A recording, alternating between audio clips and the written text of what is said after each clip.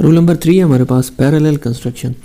अगर आपके पास एक चीज़ बढ़ रही है, ठीक है जी, एक चीज़ बढ़ रही है, दूसरी भी उसी हिसाब से बढ़ रही है, या एक चीज़ कम हो रही है और दूसरी चीज़ उसी हिसाब से कम हो रही है, तो ये है पैरेलल इंक्रीज़ और डिक्रीज़। ठीक है जी, ऐसे सेंटेंस में जिसमें पैरेलल इंक्रीज़ या डिक्रीज़ आ रही होगी उसमें आपने दो चीज़ें नोट करनी है।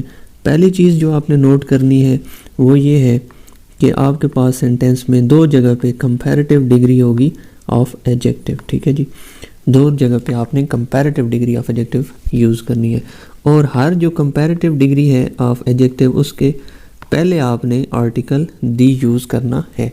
जिस तरह हमारे पास नीचे दो एग्जांपल्स हैं। पहले देखिएगा, the higher we go the cooler we feel. हम जितना ऊपर जाते हैं उतना ज़्यादा हम ठंडक को महसूस करते हैं। तो एक चीज़ बढ़ रही है, दूसरी उसके साथ बढ़ रही है, तो इसमें हमने हायर और कूलर ये दो जगह पे कंपैरेटिव डिग्री ऑफ एडजेक्टिव को यूज़ किया है, और इन दोनों से पहले हमने देखे आर्टिकल दी यूज़ किया है। तो ये है हमारा रूल ऑफ पैरेलल कंस्ट्रक्शन। ठीक है जी। सेकंड सेंटेंस देखिएगा, the greater is the demand the higher is the price.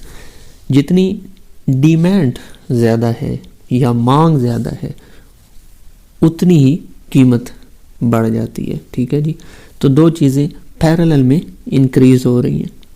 इस केस में भी आपने दो जगह पे कंपैरेटिव डिग्री ऑफ एडजेक्टिव को यूज़ किया है। एक है ग्रेटर, ठीक है जी, ये आपका पहला कंपैरेटिव डिग्री ऑफ एडजेक्टिव है, और दूसरा है हायर।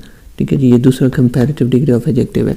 इन दोनों से पहले आपने आर्टिकल दी को यूज़ करना है, जिस तरह यहाँ पर मैंने इन दो जगहों पर आर्टिकल दी का यूज़ किया है।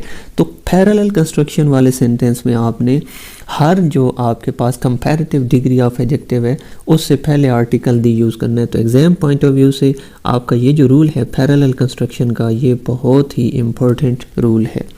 अब हम चलते हैं आगे अपने नेक्स्ट रूल की तरफ, जो कि है रूल 4। अच्छा जी, ये रूल क्या है? अगर आपके पास किसी स्टेट, ठीक है जी, स्टेट या कंट्री, स्टेट या कंट्री के नाम के साथ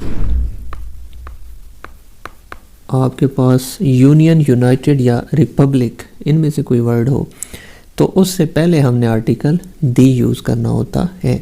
मिसाल के तौर पर हमारे पास है USA या यूनाइटेड स्टेट्स ऑफ अमेरिका। ठीक है जी, तो यहाँ पर आपके पास अमेरिका कंट्री का नेम है, उससे पहले यूनाइटेड का वर्ड है, तो इससे पहले हमने क्या यूज़ करना है? आर्टिकल दी को यूज़ करना होता है। ठीक है जी, और अगर ये एब्रीविएशन होगी इसकी तब भी आपने आर्टिकल दी यहाँ पे यूज़ करना है। इसी तरह आपके पास है UK या यूनाइटेड किंगडम, यहाँ पर भी आप आर्टिकल दी का यूज़ करेंगे। इसी तरह आपके पास है UAE या यूनाइटेड अरब एमिरेट्स, यहाँ पर भी आपने आर्टिकल दी का यूज़ करना है। इसी तरह USSR जो कि रशिया के लिए हम बोलते हैं, तो इससे पहले भी आपने आर्टिकल दी यूज़ करना है। एक कंट्री है चेक रिपब्लिक, ठीक है जी, तो यहाँ पर चूँकि कंट्री के नेम के साथ रिपब्लिक आ गया है तो यहाँ पर आपने आर्टिकल दी यूज़ करना है। ठीक है जी, तो ये है हमारा रूल 4 कि अगर किसी स्टेट या कंट्री के नेम के साथ यूनियन, यूनाइटेड या रिपब्लिक में से कोई वर्ड होगा तो हम क्या करेंगे? आर्टिकल दी यूज़ करेंगे।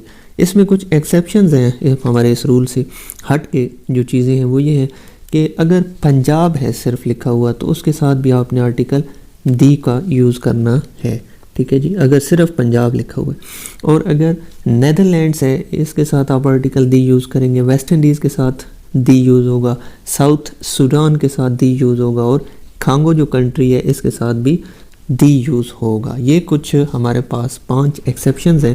इनके अलावा हमने क्या याद रखना है कि सिर्फ किसी कंट्री का नेम होगा तो हमने आर्टिकल दी यूज़ नहीं करना। हाँ, अगर किसी स्टेट या कंट्री के नेम के साथ यूनियन, यूनाइटेड या रिपब्लिक का कोई वर्ड, इनमें से कोई वर्ड होगा तो फिर आपने उसके साथ आर्टिकल दी का यूज़ करना है।